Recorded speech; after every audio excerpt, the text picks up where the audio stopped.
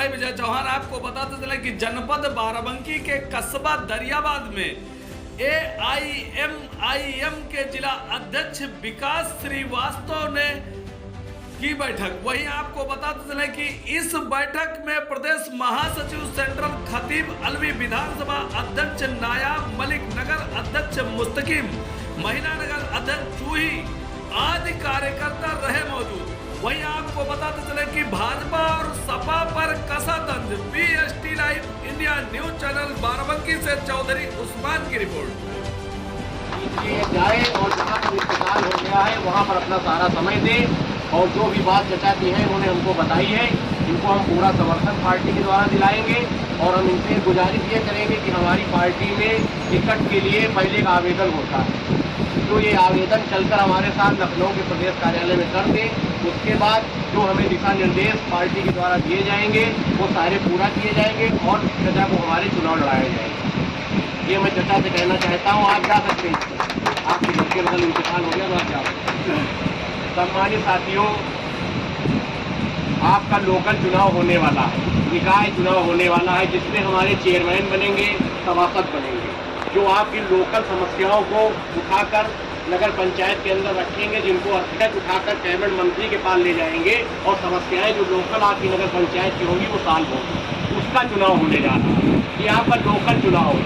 Local अगर आप मजबूत हो जाएंगे, घर से जब आपकी न्यू मजबूत हो जाएगी तो आप ऊपर विधानसभा और सांसद भी मजबूत हो जाएंगे। तो इसलिए आप लोगों को करना क्या है, हमारी जो पार्टी है ऑल इंडिया मजलिस इत्तेहादुल मुस्लिमीन पार्टी, किसी परिचय का मोहताज नहीं। हमारा नेता देश या विदेशों में भी परिचय का मोहताज नहीं है। मैं आपको बताना चाहता हूं मेरे साथियों, आप लोग बहुत ही खुशनसीब हैं। आप लोग इतने खुशनसीब हैं कि आपको एक ईमानदार बैरिस्टर साहब जैसा नेता आपको मिला है, वो वैसी साहब जैसा नेता। मैं आपको बताना चाहता हूँ साथियों कि बैरिस्टर गांधी जी थे हमारे, इनका फोटो आप लोग नोट पे देखते हैं कि फोटो उनका नोट के ऊपर छपा है। महात्मा गांधी जी राष्ट्रपिता हैं हमारे। वो दूसरे बैरिस्टर हमारे हुए बाबा साहब डॉक्टर BR अम्बेडकर, जिनको दलित पूजते हैं। मैं आपसे पूछना चाहता हूं मेरे साथियों, आप लोग क्यों नहीं समझ रहे? आपका नेता बराबर हर प्रदेश में आपकी लड़ाई लड़ रहा, आपकी कौम की लड़ाई लड़ रहा, दलित की लड़ाई लड़ रहा, हिंदू की लड़ाई लड़ रहा। ऐसा नेता आपको मिला है। मैं तो कहता हूँ आपको उनको पूजना चाहिए, बैरिस्टर साहब को। कोई बोलने वाला भाग्य नहीं है। अभी हाल ही में आपने देखा होगा 75वां स्वतंत्रता दिवस हमारा देश हर्षोल्लास के साथ मना रहा था और उसी दिन गुजरात में बिल्किस बानो के 10 मुलजिम इन्होंने उनके बच्चे की हत्या कर दी, उनके साथ रेप किया, उनके परिवार के लोगों के साथ अपराध किया, रेप किया, उसको बाइज्जत बरी कर दिया वहां की सरकार ने। उसके बारे में बोलने का काम हमारे बैरिस्टर साहब ने किया है कि आप स्वतंत्रता दिवस के दिन, मतलब देश जिस दिन आजाद हुआ था, 75वां स्वतंत्रता दिवस हमारा देश मना रहा था, उस दिन बिल्किस बानो के जो मुजरिम थे वो बाइज्जत बरी कर दिए गए। ऐसा नेता आपको, आपकी पार्टी और आपका नेता, ऐसा ईमानदार लीडर आपको मिला है। अगर आप अब नहीं जागेंगे तो कब जागेंगे मेरे भाइयों? जब हर घर में यही होने लगेगा, अपराध होने लगेगा, हर घर परेशान हो जाएगा, तो आप कैसे जागेंगे मेरे साथियों? मैं हाल ही में अभी चुनाव लड़ रहा था रामनगर विधानसभा से विधायकी का। मैंने वहाँ पे 2 बार बैरिस्टर साहब के कार्यक्रम कराए। बैरिस्टर साहब ने को मैंने वहाँ के जो मुद्दे बताए, उन्होंने सांसद में उठाने का काम किया। जबकि यहाँ पर कोई हमारे उत्तर प्रदेश में MLA नहीं है आज की डेट में पार्टी का, लेकिन तब भी बराबर बैरिस्टर साहब लड़ रहे हैं। और हमारी पार्टी ऑल इंडिया मजलिस इत्तेहादुल मुस्लिमीन पार्टी पूरी उत्तर प्रदेश में लोकल चुनाव लड़ाएगी, चेयरमैनी का चुनाव लड़ाएगी, पार्षद का चुनाव लड़ाएगी, सभासद का चुनाव लड़ाएगी और हम लोग पूरी मजबूती के साथ लड़ेंगे। ऐसा नहीं कि हमारे पास कैंडिडेट नहीं है।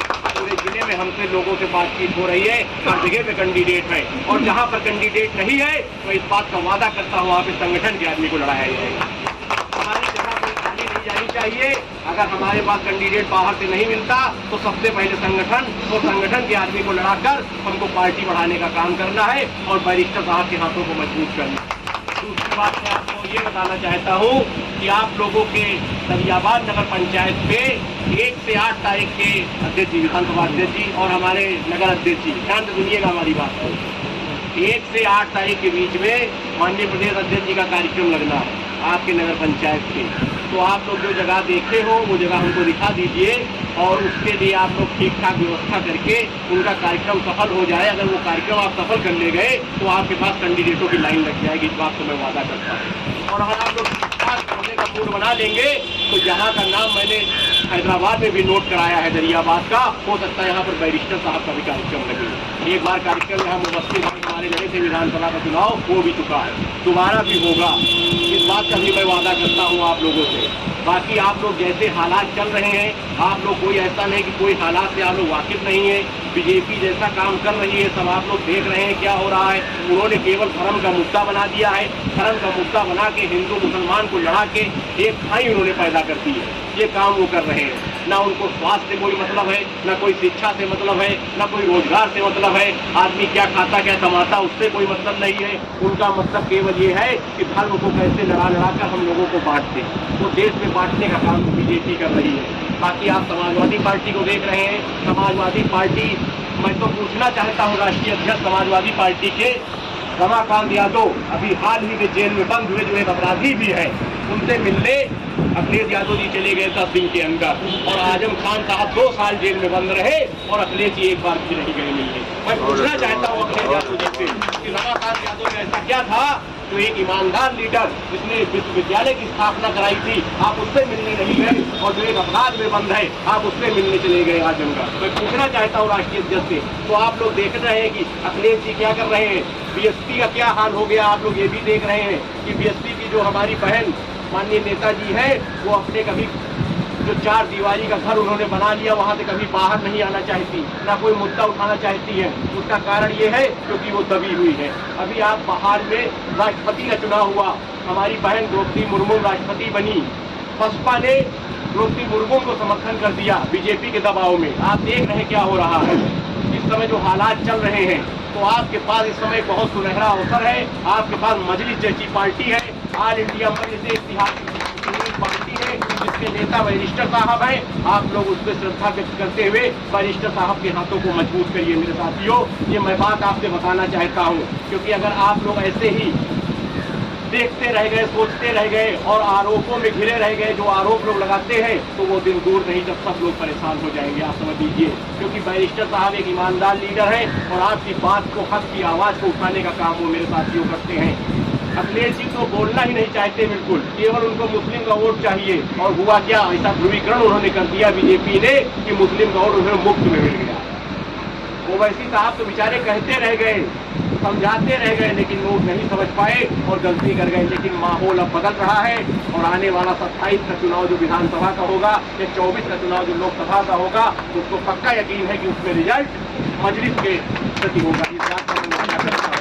और जो चुनाव हमारा होने जा रहा है चेयरमैनी का, महापौर का, इसमें भी मजलिस के उम्मीदवार ज़्यादा से ज़्यादा संख्या में कामयाब होंगे, क्योंकि लोग समझ गए हैं कि हमको ठग लिया गया, लोगों को ठगा गया है।